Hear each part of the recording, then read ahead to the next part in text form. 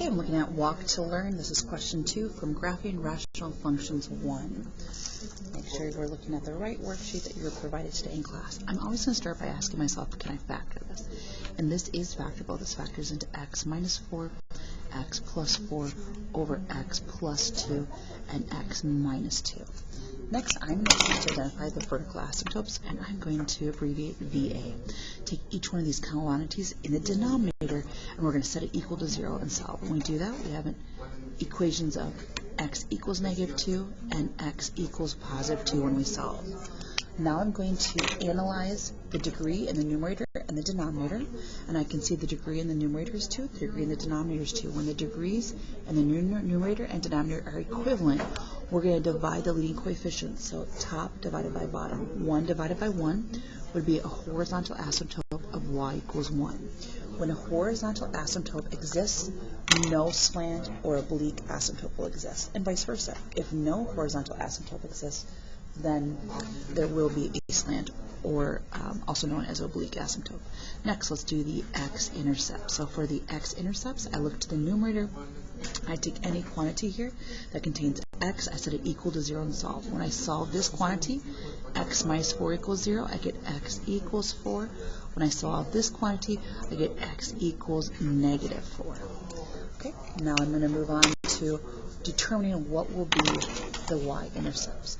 When I determine the y-intercepts, I will always make the x is 0, and I prefer to go back to this original one. So x is 0 and x is 0, I'd be left with y equals negative 16 over negative 4, and that reduces down just to y equals 4. Okay, so let's go ahead and let's graph over here. Starting with the vertical asymptotes at 2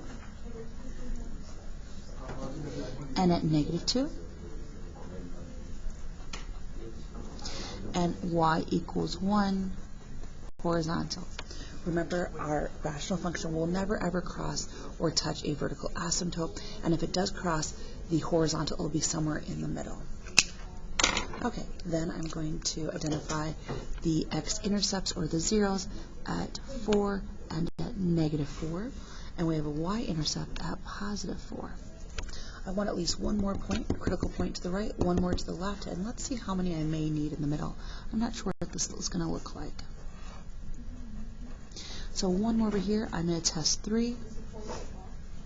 One more over here, I'm going to test negative 3. And again, I don't know if it makes this shape or does it come down. I'm not really sure. So I'm going to test negative 1 and positive 1.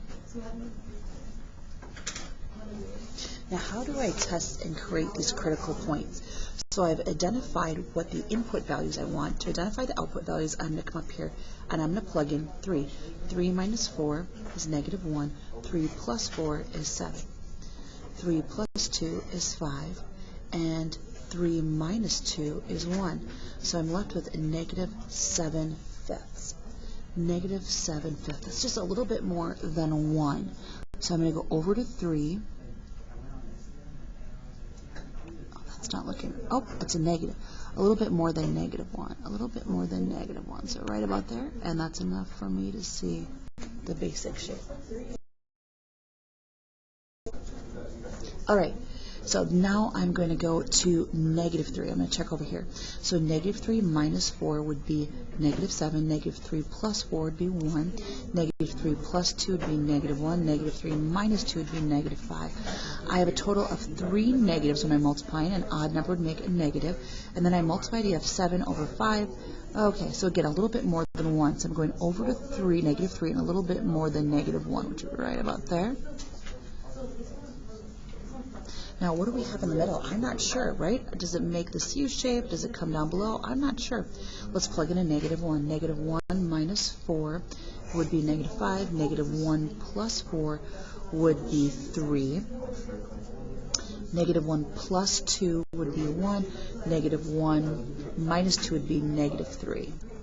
Okay, so I have 2 negatives, which makes a positive, and then I end up with 15 over 3, which reduces to positive 5. So negative 1 is going to go with 5. And now let's test positive 1. 1 minus 4 is negative 3. 1 plus 4 is 5. 1 plus 2 is 3. 1 minus 2 is negative 1. We have an even number, and I may have said odd before, but this should have been an even number of negatives makes it a positive. And here we have an even number of negative, which makes it a positive. Again, I get 15 over 3, which is 5. So I can see it's making this basic U shape. And number 2 is done.